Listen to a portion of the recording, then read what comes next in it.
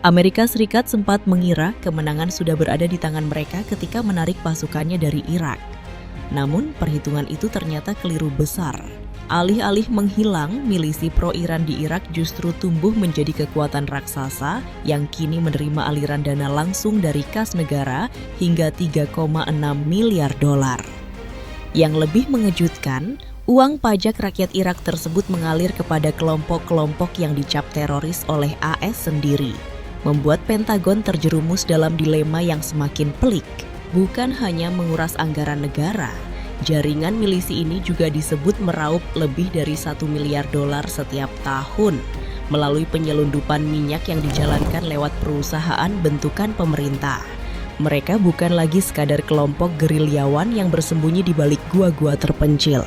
Kekuatan besar yang dibangun IRGC ini bahkan telah mampu menekan dan mengendalikan arah pemerintahan Irak. Buktinya, setelah pemilu akhir 2025 campur tangan AS yang menolak faksi pro-Iran masuk ke dalam kabinet justru membuat politik Irak lumpuh dan pembentukan pemerintahan terhenti hingga awal 2026. Situasi ini menunjukkan betapa seriusnya kekhawatiran Amerika Serikat dan Israel. Mereka menyadari bahwa IRGC telah berhasil membangun kekuatan yang mampu mengepung kepentingan mereka dari dalam sistem sebuah negara berdaulat. Lalu, strategi tersembunyi apa yang sebenarnya sedang dipersiapkan IRGC? Jawabannya tersimpan dalam satu keputusan fatal yang akan kita bahas berikut ini.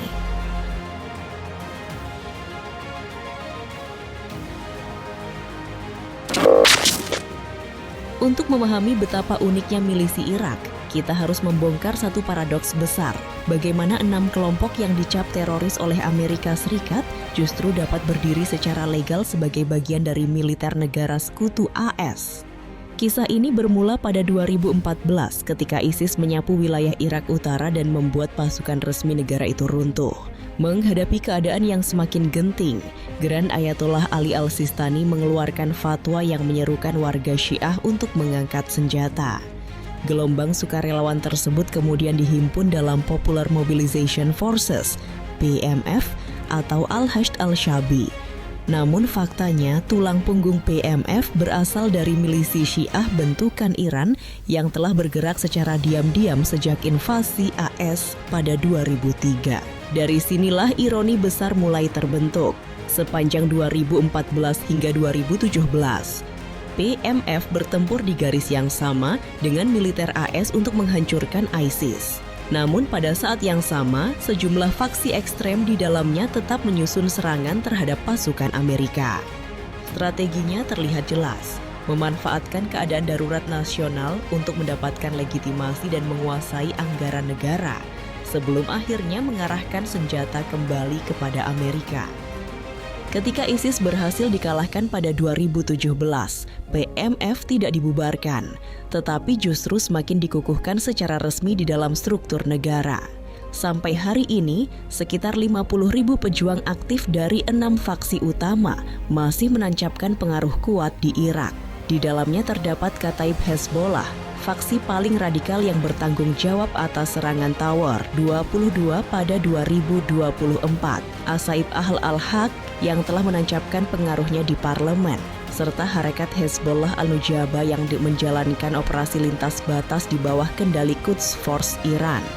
Selain itu ada pula Kataib Sayyid Al-Syuhada, Harekat Ansar Allah Al-Aufiyah, dan Kataib Imam Ali. Seluruhnya merupakan proksi Iran yang berlindung di balik status tentara resmi Irak, menerima gaji dari negara sekutu Amerika untuk kemudian mengarahkan senjata guna mengusir Amerika.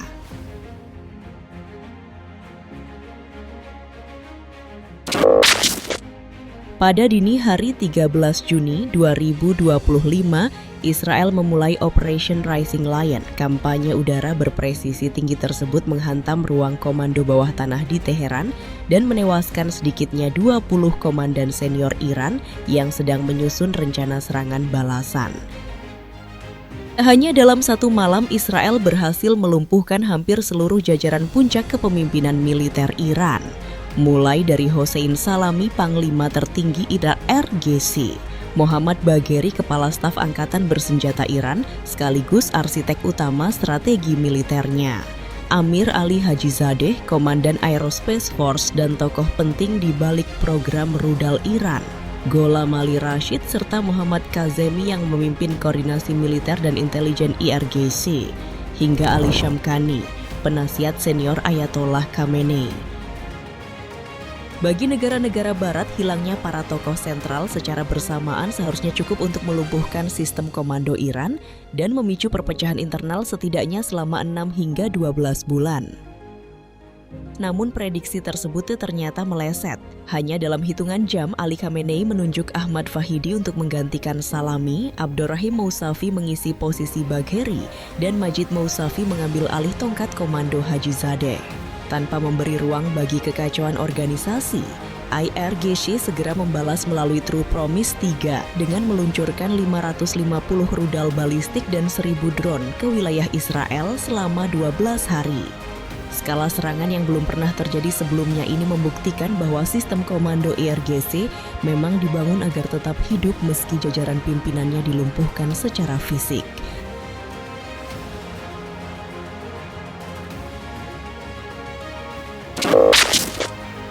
Titik balik itu bermula pada Januari 2020. Hanya 5 hari setelah Soleimani tewas, IRGC meluncurkan 16 rudal balistik Fateh langsung ke pangkalan udara Ain al-Asad di Irak. Serangan tersebut menyebabkan 110 tentara Amerika Serikat didiagnosis mengalami traumatic brain injury. Inilah pertama kalinya sejak 1979 sebuah pangkalan militer AS dihantam secara langsung dengan rudal balistik oleh kekuatan di luar struktur resmi negara, yakni IRGC. Memasuki April 2024, IRGC melancarkan True Promise 1, menandai serangan langsung pertama dari wilayah kedaulatan Iran menuju Israel dengan lebih dari 300 drone dan rudal. Serangan itu kemudian disusul True Promise 2 pada Oktober 2024 ketika 181 rudal balistik menghantam pangkalan udara Nevatim di 32 titik impak, merusak hanggar F-35 dan memicu kerugian hingga $53 juta.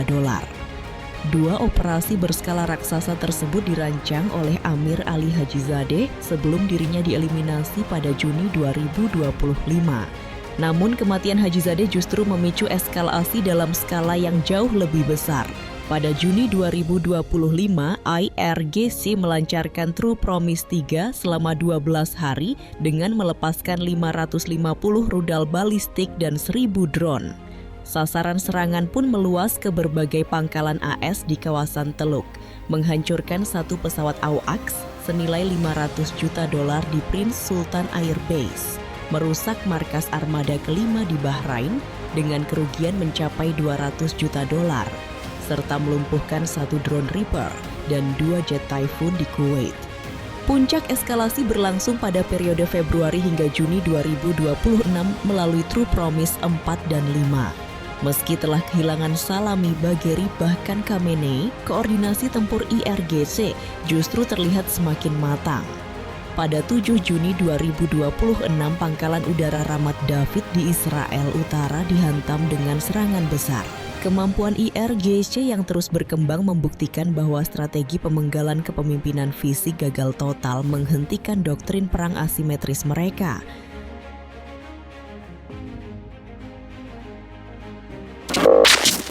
Di balik kokohnya kekuatan militer regional Iran, berdiri Quds Force, cabang operasi eksternal IRGC yang menjadi mesin utama penyebaran pengaruh revolusi Islam.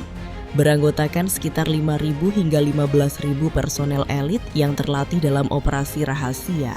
Unit ini bahkan disetarakan oleh militer AS dengan gabungan kemampuan CIA dan Joint Special Operations Command. Quds Force bekerja melalui berbagai unit khusus yang dirancang untuk mengordinasikan seluruh jaringan proksi Iran di Timur Tengah. Di Lebanon ada Hezbollah yang dibentuk langsung oleh IRGC pada 1982 dan kini memiliki puluhan ribu pejuang terlatih.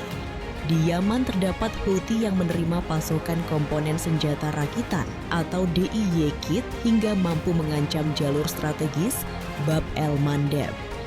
Di Irak, berdiri jaringan milisi berkekuatan 50.000 pejuang dari 6 faksi yang dicap teroris, tetapi tetap berlindung di bawah payung hukum negara. Sementara di Gaza, Palestina, Hamas dan PIJ menjadi jaringan perlawanan yang memperoleh dukungan dana serta pelatihan intensif. Jangkauan operasi Quds Force bahkan merambah jauh keluar Timur Tengah, mulai dari Amerika Latin, Afrika hingga Asia. Jaringan global inilah yang menjelaskan mengapa kematian satu figur ikonik tidak pernah cukup untuk melumpuhkan mereka. IRGC bukanlah organisasi yang bergantung pada kultus seorang pemimpin. Ketika Soleimani terbunuh, Esmail Qaani langsung mengambil alih komando tanpa hambatan berarti. Saat Israel mengeksekusi Haji Zadeh pada Juni 2025, penggantinya pun segera melanjutkan rangkaian serangan tanpa memberi ruang bagi kekosongan kepemimpinan.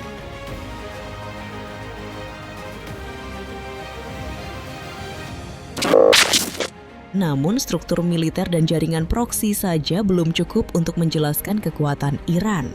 Fondasi paling mendasar IRGC justru terletak pada kekaisaran ekonomi mandiri yang bergerak di luar ketergantungan terhadap APBN negara.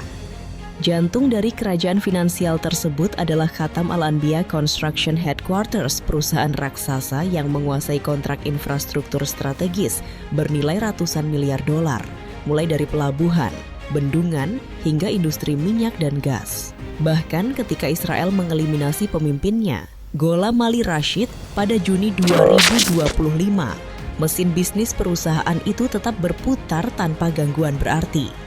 Pilar keuangan berikutnya bertumpu pada ratusan kapal tanker ilegal yang menyelundupkan jutaan barel minyak setiap hari ke pasar Tiongkok untuk membiayai Quds Force dan Hezbollah.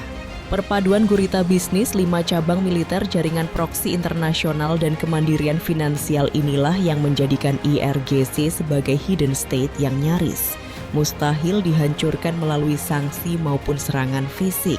Padahal pada awalnya IRGC hanya dibentuk sebagai penyeimbang kekuatan militer reguler Iran. CIA bahkan pernah meremehkan mereka sebagai kelompok fanatik amatir yang diperkirakan akan runtuh dalam hitungan bulan. Kini, Barat terlambat menyadari besarnya ancaman tersebut. IRGC telah menjelma menjadi penguasa de facto Iran dengan 190.000 personel, kekaisaran ekonomi bernilai miliaran dolar, serta jaringan proksi yang membentang ke berbagai penjuru dunia.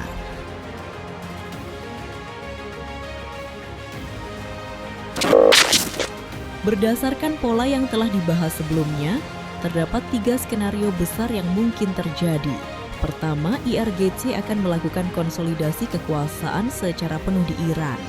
Dalam skenario ini, IRGC berpotensi mengambil alih berbagai posisi strategis yang selama ini berada di tangan kepemimpinan sipil.